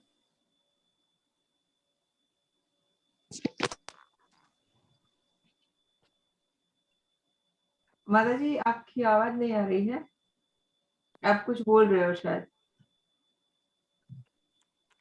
हरे कृष्णा। हरे कृष्णा अनुमाता जी। I was thinking जैसे प्रभु जी ने क्वेश्चन किया कि distress, stress and lot of anxiety issue comes and the problems will be there, right? तो ऐसी situation में like it's my personal experience that I can talk about, but मैं दूसरों का नहीं बोल सकती हूँ, but I feel जैसे ही हम chanting करते हैं और टेम्पल जाते हैं या अपनी प्रॉब्लम्स कृष्णा के साथ शेयर करते हैं, ही गाइड्स अस, वो हमें एक रास्ता दिखाते हैं और हमारी प्रॉब्लम्स और डिस्ट्रेस को थोड़ा शांत कर देते हैं। सो जो प्रॉब्लम होती है उसका रास्ता दिखा देते हैं या रास्ता वो अपने आप सामने आ जाता है। लाइक हमारा माइंड वो रास्ता चुनता है कि ये हमें ये करना चाहिए था, हमें ये पहले क्यों नहीं समझ में आया। सो जो कृष्णा है वो हमें राह दिखा देते हैं, वो हमें उस चीज से उठाकर एक सेपरेट कर देते हैं वो डिस्ट्रेस से, and he shows that the right path to walk in that track. तो जो परेशानियां है वो कम होनी शुरू हो जाती हैं। तो ये मेरा एक एक्सपीरियंस जो मैं आप लोगों के साथ शेयर कर रही हूँ, but everybody can tell about their experience if they feel that way, or because when we start surrendering and we ask Krishna की help कि हमें आपकी help चाहिए, हमारी problems बढ़ती जा रही हैं, इसका कुछ सुधार करो, then he guides us that way, वो हमको दिखा देते हैं उसका रास्ता। So that's one of the reason that I can tell Prabhuji that how to come out of the stress or distress. Thank you. मैं एक चीज और बोलना चाहता हूँ, ये प्लीज आप में से कोई इसको पर्सनल मत लीजिएगा। नॉर्मली मैं कोशिश करता हूँ कि ऐसे आंसर्स अवॉइड करूँ, पर चलिए आज मैं थोड़ा सा और डीप जाते हैं कि एक्चुअली अगर आप देखें कि जब ये हमारे पे स्ट्रेस आता है, डिस्ट्रेस आती हैं, प्रॉब्लम्स आती हैं, तो हमें पहले तो ये जान लेना चाहिए कि इसके जो जो क्रिएटर हैं वो हम खुद हैं। ये इसलिए नहीं मैं बोलता कि कई बार ऐसा हो जाता है कि लोग जो है अप्रिशिएट नहीं करते और बोलते हैं कि क्या मतलब तो मुझे पापी बोल रहे हो, क्या मतलब, ऐसे कई बार ऐसी चीजें हो जाती हैं। इसलिए कोशिश करता हूं मैं कि ना करें, क्योंकि हम सब अभी नए हैं, किसी को बुरा ना लग जाए। पर अगर एक्चुअली अगर आप जाएं और आप बुरा ना माने और इस बात को समझने की कोशिश करें कि कोई भी आदमी है आप पे ऐसे तकलीफ नहीं डाल सकता या कोई भी डिस्ट्रेस नहीं आ सकता जब तक हमने खुद कुछ ना किया हुआ हो। हम अपने चीजों के खुद ही क्रिएटर हैं। जैसे कल मैं बोल रहा था कि अगर आप खूब सारी चीजें खा रहे हैं और कल अगर आपका पेट दर्द हो गया तो फिर उसका रिस्पॉन्सिबिलिटी किस पे जाती है? खाने बनाने वाले पे जाती है, या खाना पे जाती है, या जिसने खा लिया उस पे जाती है। वैसे ही जब हम भगवान के रूल्स के अगेंस्ट जाते हैं, रूल्स के ब्रेक करते हैं, तो फिर जब हमारे पे रिएक्शंस आते हैं तो वो in the form of distress, bad health, quarrels, ये सारी चीजें जो हैं बन के आती हैं। और तो फिर जैसे मैंने कहा कि इसका सोल्यूशन, और माता जी ने भी अच्छा ऐड किया कि सोल्यूशन एक ही है कि जो पास्ट हो गया, अब उसको ना सोचें, अब ये सोचें कि हमें आगे क्या करना है। हमें कैसे हमें अपनी लाइफ कैसे बितानी है कि हम इन चीजों से बच सके। देखिए थोड़ी बहुत प्रॉब्लम्स तो आएगी। अब जैसे देखिए काउज हैं, काउज जो होती हैं कहते हैं कि उनमें सारे देवी देवता हैं, पर आप मेरी सिस्टर से पूछिए कि काउज जो है तड़प रही हैं वृंदावन में, क्यों भाई तड़प रही हैं? तुम्हारे अंदर तो सारे डेमीगॉड्स हैं, क्यों तड़प रही? क्योंकि इस मटेरियल वर्ल्ड में जो भी आया है उसको थोड़ी बहुत तो तकलीफ आनी ही आनी है, उसका तो कोई सोल्यूशन नहीं है।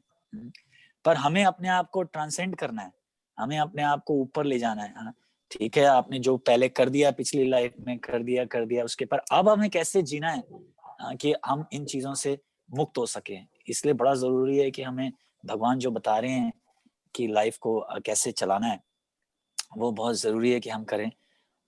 यही एक तरीका है क्योंकि देखिए जो सारी जो डिस्ट्रेस और ये सारी चीजें, इनका जो एक्शन जो शुरुआत है वो पाप से है। हमने सिंफुल एक्टिविटी करी और सिंफुल एक्टिविटी करके उसका रिएक्शन आया और रिएक्शन जो है वो इस तरीके से आ रहा है। हम इस बारे में और आगे डिस्कस करेंगे जब हम साइकिल के बारे में बात करेंगे कि कैसे बीजम पापम कूटम, कि एक बीज डाल दिया जाता है, हम कोई गलत काम करते हैं उसका पाप आता है, उसका रिएक्शन पाप हो जाता है, फिर रिएक्शन आता है और ऐसे सीड फ्रूटिफाई हो जाता है। वो हम आगे करेंगे, अभी नहीं, बहुत ज्यादा एक वो हो जाएगा, बड़ा टाइम भी नहीं है अभी। पर जस्ट मैं ये बताना चाहता था कि हम ही खुद ही क्रिएटर हैं। और अब इसका मतलब ये नहीं कि हम सोल्यूशन ना निकालें, सोल्यूशन निकालें, लेकिन जैसे राधेश्याम प्रभु हैं पूना में, एक प्रेसिडेंट हैं, उन्होंने भी एक बढ़िया बहुत सुंदर बुक निकाली थी कि मटेरियल प्रॉब्लम्स स्पिरिचुअल सॉल्यूशंस, कि मटेरियल प्रॉब्लम के सॉल्यूशन स्पिरिचुअली निकाले जा सकते हैं। मटेरियल प्रॉब्लम्स और मटेरियल सॉल्यूशन कभी भी आपकी मदद नहीं करेंगे।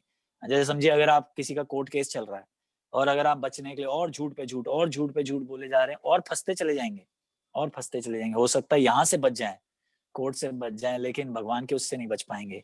फिर अगले जन्म में फिर कुछ मिलेगा, तो फिर तकलीफ आएगी, फिर हम तकलीफ में आते हैं तो दुख मनाते हैं कि हाय मेरे साथ ऐसा क्यों हो रहा है। पर हमें ये नहीं भूलना चाहिए कि हमने जरूर कुछ किया होगा जिसका आ रहा है। इसलिए मैंने बोला देखिए गुरु के पास जाइए। अब इसका मतलब ये नहीं कि आज आपको कोई थप्पड़ मारे तो आप बोले लो जी दूसरा थप्पड़ भी मार लो क्योंकि मेरे कर्म ऐसे हैं। गुरु के पास जाइए, जो साधु शास्त्र हैं उनसे समझने की कोशिश कीजिए कि क्या अब मैं क्या करूं, अब मैं इसका सोल्यूशन कैसे निकालूं, अब मैं इसको किस तरह से आगे बढ़ाऊं। अगर गुरु बोलते हैं थप्पड़ मारो तो मार दो, जैसे एग्जाम्पल दे रहा हूँ, बोलेंगे नहीं, पर अगर मैं बोल रहा हूँ अगर बोलते हैं तो मार। जैसे एक और एग्जाम्पल देके खत्म करता हूँ, फिर आई थिंक शायद मान बिहारी भी कुछ ऐड करना चाहती हैं कि जैसे हमारे पूना टेम्पल में कई बार जो चोर आते हैं वो चप्पलें चुरा के ले जाते हैं। तो अब इसका मतलब ये नहीं कि हम बोलते हैं हमारे कर्म थे, चप्पलें चुरा के ले गए, ले जाने दो और चप्पलें रख दो। नहीं, चप्पल चुराने के लिए हमने एक आदमी रखा हुआ यहाँ पे, जैसे ही चुराने के लिए नहीं, चुराने वाले के लिए, जैसे ही चुराने लगता है फट पकड़ लेते हैं उसे और पुलिस के हवाले कर देते हैं। तो ये डिसाइड करना कि अब हमें क्या करना है और क्या नहीं करना, ये हायर अथॉरिटीज बताएंगी। मैं ये नहीं कह रहा कि आज हमें सिर्फ अब टॉलरेट करना है, बट टॉलरेट भी कैसे करना है, किस एक्सटेंट तक करना है, ये सारी चीजें समझने के लिए हमारे पास एक गुरु होना बहुत जरूरी है, जिसने शास्त्र समझ रखे हों, जो भगवान की परंपरा में आ रहे हों, जिसने जिसने सब समझ रखा हो, उनके पास जाने से सोल्यूशन मिलेगा। मान बिहानी आप कुछ ऐड करना चाह रहे थे, सॉरी मैंने बीच में कर दिया यार।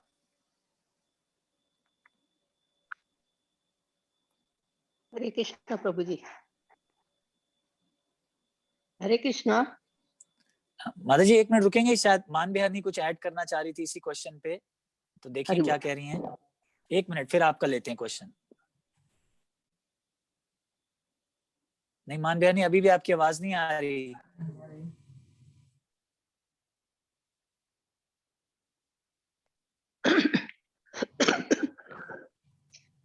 नहीं अभी भी अनम्यूट कर। ना अनम्यूट ही है प्रभु जी, माता जी अनम्यूट है, पर शायद उनके माइक में कुछ तो इश्यू है। माता जी आप देखिए ना, आपका वो वॉल्यूम थोड़ा इंक्रीज करके देखिए।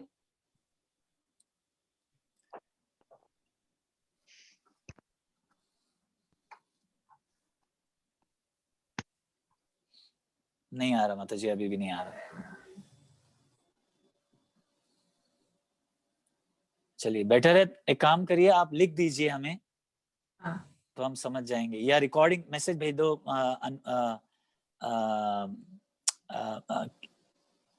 संदनी माता जी को ऑडियो मैसेज भेज दीजिए, तो वो सुन के आपको बता देंगे। तब तक हम अगला क्वेश्चन लेते हैं। हाँ जी माता जी, आप कुछ कह रहे थे? उर्मिला माता जी, आप कुछ बोल रही थी, प्लीज आप कुछ कीजिए। प्रभु जी, वो आपने हाँ जी। बोला कि बाइबल में से कुछ शब्द निकाल दिए हैं, हाँ जी। ऐसे बाइबल में जब ख्रिस्ती लोग होते हैं, हम हिंदू लोग होते हैं, सभी के भगवान तो एक ही होते हैं ना, कृष्ण भगवान के उसके अलग भगवान होता है। माता जी वो तो उनका अलग रिलीजन है, तो वो कृष्ण भगवान को भगवान नहीं मानते। वो तो अलग अलग ही लोगों को पूछते हैं। वो अलग जैसे धर्म उनके माना लिए जाता हाँ जी, उनके लिए अलग है। जैसे जीसस जो है उनके लिए वो ऑल इन ऑल हैं। है। हरे कृष्ण प्रभु जी। हरे कृष्णा। अगर अनुमति हो तो मैं उमांश के प्रश्न में थोड़ा सा चर्चा करना चाहूँगा। हाँ जी, बिल्कुल बिल्कुल। हाँ, तो एक्चुअली मैंने ना एक विवेकानंद जी की एक मैं मूवी देखा था उनकी। तो उसमें क्या हुआ था, उनके साथ काफ़ी प्रॉब्लम्स आई थी और वो भी काफ़ी ज़्यादा कंप्लेन कर रहे थे, पूछ रहे थे कि मेरे साथ ही ऐसा क्यों हुआ और अब मैं इसका कैसे सोल्यूशन फाइंड करूँ। वो भी अपने जो है अपने स्पिरिचुअल मास्टर के पास जाते हैं। तो हाँ जी। वो उनको यही बोलते हैं कि देखो, एग्जैक्टली जैसा आपने बोला बिल्कुल वैसे ही उन्होंने यही बोला था कि जो भी सफरिंग्स और पेन है वो तो इनएविटेबल है और जो भी है वो कहीं ना कहीं उसके रीज़न आप ही हो, क्योंकि हमने कहीं ये भी पढ़ा है कि हम जो है हम आत्मा ही हैं। तो वो ये बोलते हैं कि ठीक है, अब मैं इसके लिए क्या मांगूँ? तो वो यही पूछते हैं कि तुम जो चाहो। तो सोचते हैं मैं इसके लिए मनी मांग लेता हूँ, थोड़ा सा धन मांग लेता हूँ। तो फिर वो जाते हैं बट वो नहीं मांग पाते हैं मनी और धन। आई गेस वो भगवान जो है उनके स्पिरिचुअल मास्टर को यही बोलते हैं कि अगर कुछ मांगना है तो भगवान से विवेक और शक्ति मांगो थोड़ी, और जो है भक्ति की शक्ति मांगो, ताकि तुम इस परेशानी से भी जो है अच्छी तरीके से तुम इससे गो थ्रू हो जाओ। और इनफैक्ट बहुत बढ़िया। मेरे एक्सपीरियंस से मैंने ये भी नोटिस किया है कभी कभी कुछ चीज़ें ऐसी हो जाती है जो हमें उस वक्त लग रही होती है कि बहुत बुरी है, बट बाद में समझ में आता है कि बहुत इंपॉर्टेंट है। जैसे एक बार मेरे साथ भी ऐसा एक्सपीरियंस हो गया था कि मेरे पैर में चोट लग गई थी और दिवाली का टाइम था। तो थोड़ा घर में जो है साफ सफाई चल रही थी, तो कर्टन का जो वो होता है, वो जो हुक्स टाइप होता है वो अच्छे से सेट नहीं था। तो क्या हुआ, मेरे पैर पे चोट लगी थी और मेरे को बिल्कुल ही पसंद नहीं, मेरे को बड़ा अजीब सा लगता है मेरे को।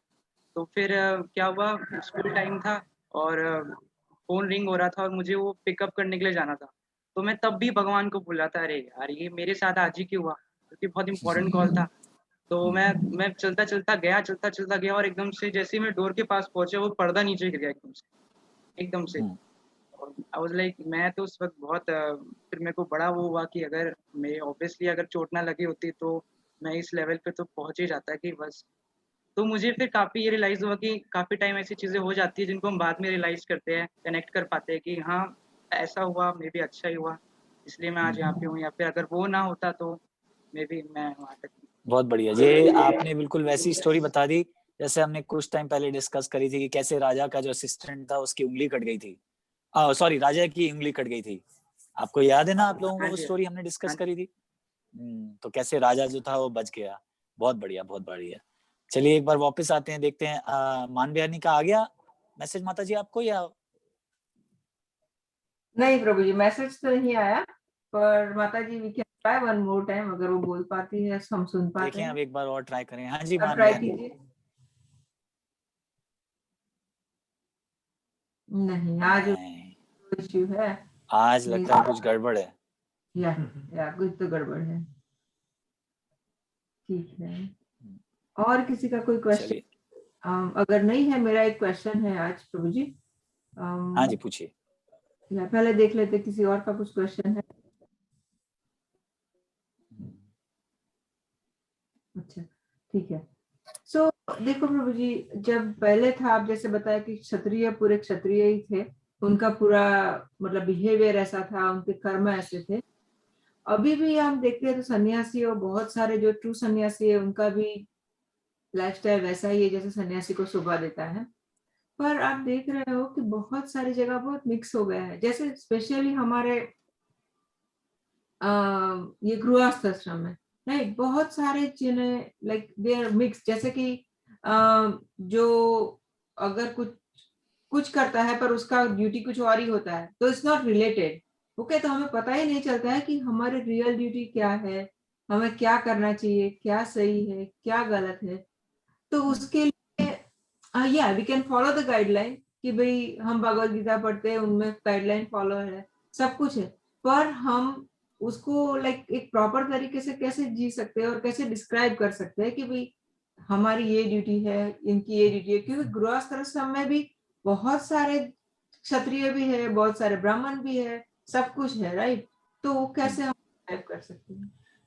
बहुत बढ़िया प्रश्न है माता जी। इसका भी आंसर वही है कि हमारे लिए इसलिए बोलते हैं कि हमारे को एक क्या बोलते हैं, प्रदक्ष उसको क्या बोलते हैं, जो आपको रास्ता दिखाने वाले गुरु होते हैं। जैसे एक शिक्षा गुरु होते हैं, एक दीक्षा गुरु होते हैं, और एक होते हैं जो पद समथिंग गुरु, जो हमें रास्ता दिखाते हैं कि हमें कैसे करना है। तो इसलिए एक पर्सनल गुरु होना बहुत जरूरी है, बहुत जरूरी है, जिससे नॉर्मली दीक्षा गुरु और पर्सनल गुरु वही एक ही होते हैं। पद प्रदक्षिण गुरु, हाँ जी, पद प्रदक्षिण गुरु जो होते हैं वो नॉर्मली दीक्षा गुरु ही होते हैं। शिक्षा गुरु बहुत सारे हो सकते हैं, लेकिन दीक्षा गुरु एक होते हैं। और शिक्षा गुरु भी पद प्रदक्षिण हो सकते हैं, नॉर्मली दीक्षा गुरु ही होते हैं, क्योंकि वो आपके बारे में जानते हैं सब कुछ और आप उनको सरेंडर करते हैं। आप उनसे शिक्षा लेना, दीक्षा ली है तो आप उनसे शिक्षा भी ले सकते हैं। तो ये होना बहुत जरूरी है, क्योंकि देखिए हर एक आदमी का सर्कमस्टेंस अलग है, सिचुएशन अलग है। तो जैसे मैंने कहा, अगेन ये एक जनरल क्वेश्चन है, आंसर नहीं मैं दे सकता, पर आपने क्वेश्चन जो पूछा, तो जैसे फॉर एग्जांपल अब आपकी लाइफ में अगर 1 मिनट के लिए ले लें कि अब आपको इस समय क्या करना चाहिए, तो ये वही आपको बता सकते हैं कि आपकी सिचुएशन के हिसाब से, आपकी फाइनेंशियल सिचुएशन के हिसाब से, आपकी हेल्थ सिचुएशन के हिसाब से, आपके घर की सिचुएशन के हिसाब से, वही आपको बता सकते हैं। जैसे माता जी के एक फ्रेंड हैं संकेत प्रभु, बहुत बढ़िया इस टाइम पे वो कुछ बात बता रहे थे। तो वो अपनी सिचुएशन के हिसाब से जो है भक्ति में स्टेप्स ले रहे हैं, धीरे धीरे सिचुएशन के हिसाब से। ये नहीं कि जैसे मैंने बताया मरकट संन्यास, एकदम सब छोड़ दिया और बोले जी हरे कृष्णा बस मैं तो नहीं। वो अपने धर्म को देखिए फॉलो कर रहे हैं, उनकी फैमिली है, कैसे सिचुएशन के हिसाब से स्टेप बाय स्टेप आगे बढ़ रहे हैं। तो हर एक की सिचुएशन अलग है और हर एक को गाइडेंस बहुत जरूरी है। एक्चुअली प्रॉब्लम क्या है कि हम लोग गाइडेंस नहीं लेना चाहते। हम लोग सोचते हैं हमें सब आता है, या हम गाइडेंस इसलिए भी नहीं लेना चाहते क्योंकि हमें लगता है जो मैं करना चाहता हूँ अगर मेरा गुरु ना बोल देगा तो बड़ी मुसीबत में आ जाएगी। आप समझ रहे हैं? जैसे फॉर एग्जांपल अगर मुझे अभी रसगुल्ला खाना है और अगर मैं अपने गुरु से पूछूंगा तो मुझे ऑफ कोर्स पता है कि वो ना बोलने वाले हैं। क्यों? क्योंकि उनको पता है मैं जैसे ही रसगुल्ला खाऊंगा मुझे कॉन्स्टिपेशन हो जाएगी, है ना। तो इसलिए मैं उनसे पूछूंगा ही नहीं, ऐसे ही खा लूंगा। तो मैक्सिमम जो लोग हैं वो गाइडेंस लेने में इसलिए घबराते हैं क्योंकि उनको लगता है कि अगर मेरे गुरु ने ना बोल दिया तो फिर मेरा क्या होगा, मैं तो इतना अटैच हूँ किसी चीज से, है ना। जैसे फॉर एग्जांपल एक और एग्जांपल, छोटे एग्जांपल है, प्रैक्टिकल है, मैं देखता हूँ कि जैसे आपके पास आपकी बात नहीं कर रहा, जनरल बात कर रहा हूँ, मैं अपनी बात कर रहा हूँ कि मेरे पास ऑलरेडी एक मर्सिडीज है, पर अब मैं देख रहा हूँ कि मेरे दोस्त के पास बढ़िया आ गई, तो मैं सोच रहा हूँ कि मैं भी लूंगा और नाम बोल देता हूँ कि भक्ति के लिए बहुत जरूरी है कि मैं इससे लोगों को लेके आया करूंगा घर में, उनको और ट्रैवलिंग ईजी हो जाएगा, है ना। मैं ऐसे रीजंस दे के इसको जस्टिफाई करने की कोशिश करूंगा। लेकिन अगर मैं अपने गुरु के पास जाऊंगा तो गुरु बोलेंगे जरूरत नहीं है, मर्सिडीज वैसे ही बहुत अच्छी है, और एक और मर्सिडीज ए क्लास मॉडल अगर आप ले लेंगे तो उससे क्या होने वाला है। तो बल्कि हो सकता है आप और अटैच्ड हो जाएं, पूरा टाइम यही सोचते रहें किसी ने स्क्रैच तो नहीं मार दिया, किसी ने बाहर कुछ तो नहीं कर दिया, टायर साफ है ना, छींटे तो नहीं आ गई टायरों पे। ये सारी चीजें ऐसी प्रैक्टिकल बात बता रहा हूँ। तो इसलिए गाइडेंस लेना गुरु से बहुत जरूरी है, क्योंकि एक थिन लाइन होती है। थिन लाइन मतलब क्या, कि हमें ये नहीं पता कि ये अब हम धर्म के लिए कर रहे हैं, भक्ति के लिए कर रहे हैं, या ये हम अपनी इंद्रिय तृप्ति के लिए कर रहे हैं। इसलिए जैसे आपने बोला कि मिक्स हुआ पड़ा है आजकल और समझ नहीं आ रहा किसकी क्या ड्यूटी है क्या नहीं है, इसके लिए गुरु के पास जाना बहुत जरूरी है और ऑनेस्टली ओपन होना बहुत जरूरी है। अगर आपको छुपाएंगे तो फिर मुसीबत आ जाएगी। पर ये बात भी एक सच है कि लोग आजकल छुपाते ही बहुत हैं, क्योंकि गुरु पे विश्वास नहीं होता कि गुरु आपका मिस यूज ना कर ले। आजकल ये भी होता है, हमने देखा इंडिया में कुछ सालों के बीच में, देखिए कितने गुरुस ने क्या क्या किया है। तो ये भी आजकल लोगों को डर लगता है, तो ये उन लोगों का भी बिल्कुल ठीक बात है। इसलिए ये है कि बड़ा समझ के गुरु लेना पड़ता है कि गुरु सिर्फ वो नहीं कि जो बहुत अच्छे लेक्चर दे दे या बहुत वो कर दे, कैरेक्टर देखना पड़ता है, कैरेक्टर ये बहुत जरूरी है। और कैरेक्टर नॉर्मली पता लगता है आदमी बात जब करता है या अपने बिहेवियर से पता लगता है। तो गाइडेंस माता जी, अगेन आंसर गाइडेंस ही आ गया फिर से। हरे कृष्णा। थैंक यू प्रभु जी। हाँ जी, हरे कृष्णा। हाँ जी माता जी, हरे कृष्णा। मैं ये कह रही थी कि जो मांझ का क्वेश्चन है ना, इसमें हम ये भी सोच सकते हैं कि जो भगवान की शरण लेते हैं तो उनको भगवान उस सफरिंग से जब ऊपर उठाते हैं तो वो उनको एलिवेट करते हैं, मतलब स्पिरिचुअली एलिवेट करते हैं उनको। बहुत बढ़िया, बहुत बढ़िया। ये मेरी मदर है, इनका आंसर ये था, क्लियर नहीं थी आवाज, मैं बता देता हूँ कि उमांश के क्वेश्चन के लिए बता रही थी कि जो भगवान की शरण लेते हैं, भगवान उनकी मदद करते हैं और उन्हें एलिवेट कर देते हैं। बहुत बढ़िया, बहुत बढ़िया। माता अनु माता जी ने भी यही आंसर दिया कि भगवान जो है रास्ता दिखाते हैं और आगे मदद करते हैं। बहुत बढ़िया। चलिए, और कोई? आपका सरेंडर करना बहुत जरूरी है, that's the most important thing. आप कुछ भी है, आपको इतना फेथ होना चाहिए कि भाई मैं कुछ भी भगवान से बोलूंगा तो वो हमें रास्ता दिखाएंगे, और होता ही है। बहुत सारी चीज में सबको ही थोड़ा थोड़ा रियलाइजेशन होता ही है कि हमें भगवान रास्ता दिखाता ही, और वो रास्ता इतना अच्छा होता है हम सोच भी नहीं सकते। हमारी इमेजिनेशन या श्रद्धा से ऊपर, इससे भी ऊपर अच्छा रास्ता दिखाते हैं वो। चलिए, बहुत बढ़िया, बहुत बढ़िया। चलिए एक बार फिर देख लेते हैं, अगर मान बिहानी के पास चलते हैं जो हमारे कॉरेस्पॉन्डेंट है वहां पे, देखते हैं अगर वो अभी उनका ठीक हो गया माइक, नहीं तो फिर हाँ जी, माइक ठीक हो गया। आप जी क्या है? अच्छा, मैं ये कहना चाह रही थी कि जैसे अनु माता जी ने कहा वो बहुत अच्छा है, पर in my case I have been sick since I was born. हमेशा मैं बीमार रही हूँ, पर भक्ति में आने का मतलब ये नहीं है कि मेरी बीमारी दूर हो जाएगी। भक्ति में आने का मतलब या प्रार्थना का भी मतलब ये नहीं कि मेरी बीमारी दूर हो जाएगी।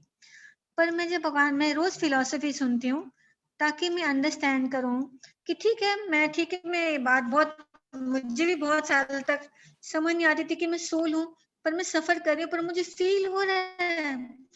अब मैं भेजी मैंने गुस्सा कि मैं क्यों सफर कर रही हूँ।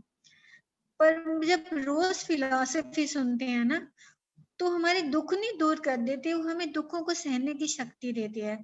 जैसे एक डिवोटी से मैंने 10 साल पहले पूछा था कि व्हाई नॉट, पर जिस तरीके से उन्होंने बोला व्हाई नॉट, तो उस वक्त तो मुझे लगा कि बहुत रूड आंसर है।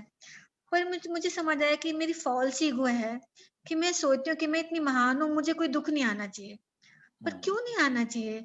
जिसने भी इस दुनिया में शरीर मिला है, शरीर का मतलब है जो जेल में आया उसको या तो सोने की जंजीरें लगी होंगी या तांबे की लगी होंगी या हीरे की भी लगी होंगी।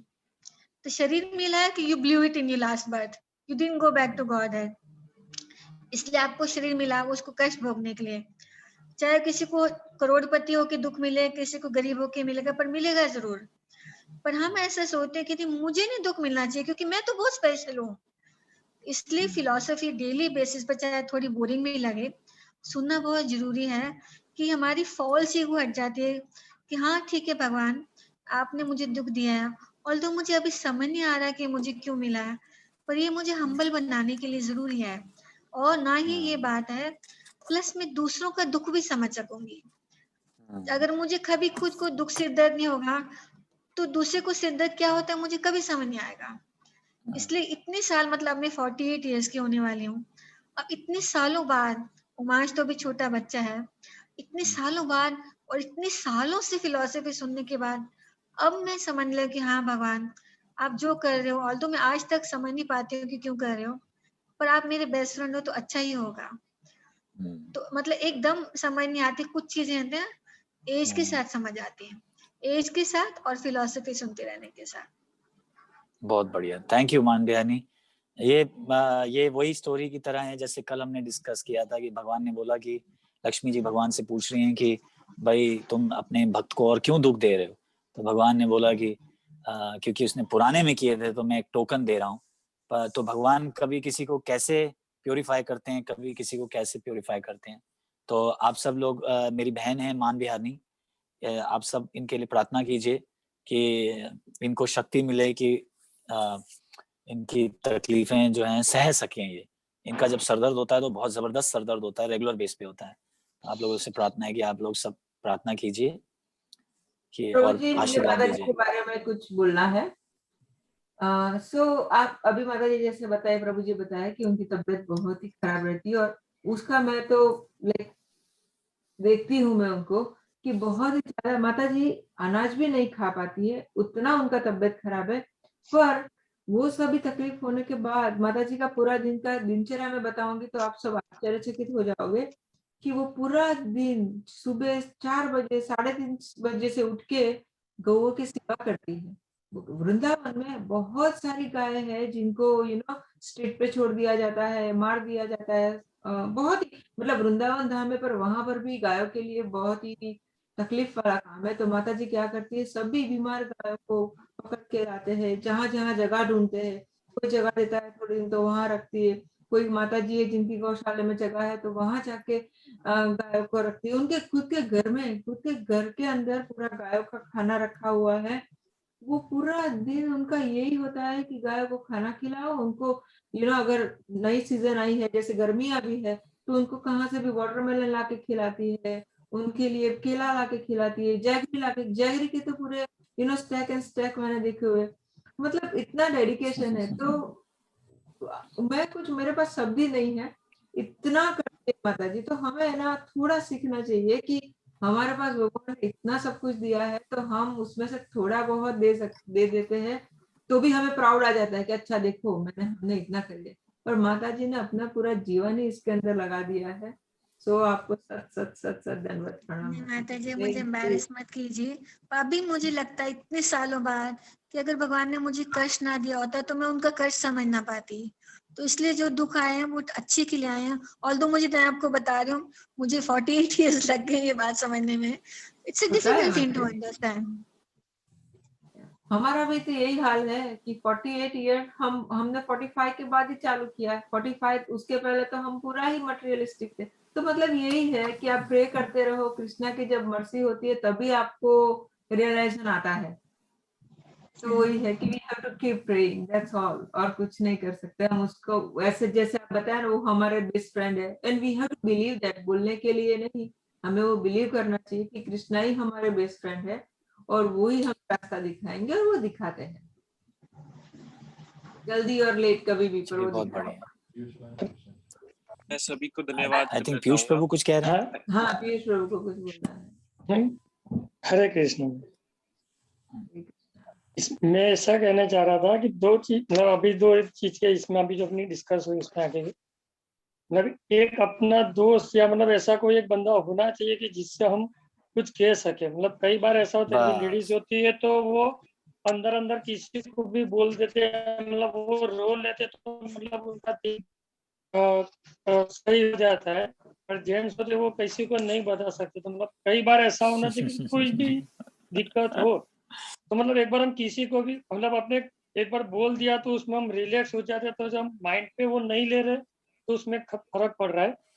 दूसरा में अभी उन्होंने बताया वो हिसाब से कि जो उनका सर दर्द बहुत ही ज्यादा हो रहा है, तो जैसे मतलब हम बोले कि हरे कृष्णा जब जो कर रहे थे उसमें एक बार क्लैप करना है। ऐसा बोले कि वो जो क्लैप करने की वजह से एक्यूप्रेशर पॉइंट मिल रहा है, मतलब वो जो अपने अंगूठे के पास का जो पार्ट उसमें हम अंगूठे से वो प्रेस कर रहे हैं टेरवे से, तो उसमें काफी फर्क, मतलब उनका सर दर्द नहीं होगा। मतलब अभी जो मैं समझ रहा हूँ, जो एक्यूप्रेशर का थोड़ा बहुत मैं जान रहा हूँ उसके हिसाब से अगर उनका पेट साफ नहीं हो रहा है उसी की वजह से उनको ये सर दर्द हो रहा है। पर फिर भी मतलब वो सुबह में थोड़ा सा गर्म पानी उबला हुआ 1 गिलास 2 गिलास पी पा रहे हैं तो बहुत ही अच्छा है। और मतलब जब भी वो भजन वगैरह कुछ भी कर रहे तो जो क्लैप करना है, जितनी बार आप क्लैप कर रहे हो तो उससे आपको एक्यूप्रेशर के पॉइंट मिलेंगे तो वो सर दर्द नहीं होगा। चलिए बहुत बढ़िया प्रभु जी, थैंक यू। मान नहीं आप क्लैप जैसा प्रभु जी बता रहे हैं कोशिश करके क्लैप कीजिए। चलिए मैं सभी को धन्यवाद करना चाहूंगा। सबने अपना इनपुट दिया, सबने अपनी बातों की थोड़ी चर्चा करी, तो मैं सबको धन्यवाद करना चाहूंगा। Thank you so much. Thank you. Actually सब आपको उमा सब आपको आपके क्वेश्चन के लिए लिए धन्यवाद दे रहे हैं। हाँ, हाँ जी वही बोलिए, वही सॉरी। तो बोल रही हूँ। नहीं सॉरी प्रभु जी, मैं वही बोल रही थी उमांश को ही थैंक यू कि उन्होंने इतना अच्छा क्वेश्चन किया, इसलिए हम सब ने इतना डिस्कस किया और हम सब ने खुद का रियलाइज फायदा लिया, उस डिस्कशन का फायदा लिया। सही बात है, चलिए थैंक यू। बहुत बढ़िया। चलिए आज का फिर सेशन अब कंक्लूड करते हैं 3 बार हरे कृष्णा करके। हरे कृष्णा कृष्णा कृष्णा हरे हरे, हरे राम राम राम हरे हरे, हरे कृष्णा कृष्णा कृष्णा हरे हरे, हरे राम राम राम हरे हरे, हरे कृष्णा कृष्णा कृष्णा हरे हरे, हरे राम राम राम हरे हरे। कृष्ण भगवान की जय, भगवत गीता की जय, सभी उपस्थित भक्तों की जय। हरि बोल, हरि बोल। अरे माता, हरे कृष्णा। अगले संडे मिलेंगे, सब भक्तों को अगले संडे मिलेंगे, सैटरडे अगले हरे सैटरडे कृष्णा। हरे कृष्णा। हरे कृष्णा, हरे कृष्णा, हरे कृष्णा। हरे कृष्णा।